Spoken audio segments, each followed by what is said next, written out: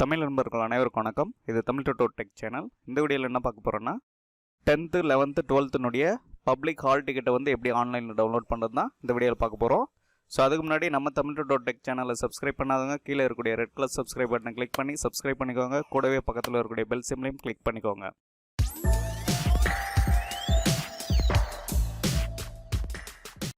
அதுக்கான வெப்சைட் பார்த்தீங்கன்னா dge.tn.gov.in அந்த வெப்சைட்குள்ளே போயிருங்க.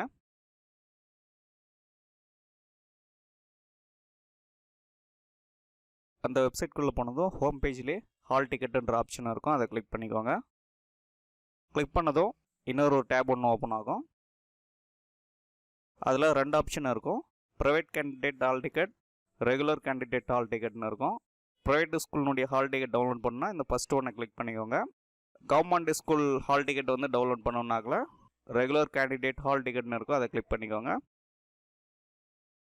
இதில் ஃபஸ்ட்டு உங்களுடைய எக்ஸாம் ரோல் நம்பரை வந்து என்டர் பண்ணிக்கோங்க. ரோல் நம்பர் என்டர் பண்ணிவிட்டு உங்களுடைய டேட் ஆஃப் பர்த் வந்து அடுத்து என்டர் பண்ணணும். இதில் வந்து ஃபஸ்ட்டு இயர், அடுத்து மந்த்து, அதுக்கு அடுத்து தான் டேட் கொடுக்கணும். சென்டரில் ஐஃபன் கொடுத்துக்கோங்க. ஸோ டேட் ஆஃப் பர்த்தை கொடுத்துட்டு சர்ச் என்ற ஆப்ஷனை கிளிக் பண்ணிக்கோங்க. கிளிக் பண்ணதும் கேண்டிடேட்னுடைய நேம் வரும்.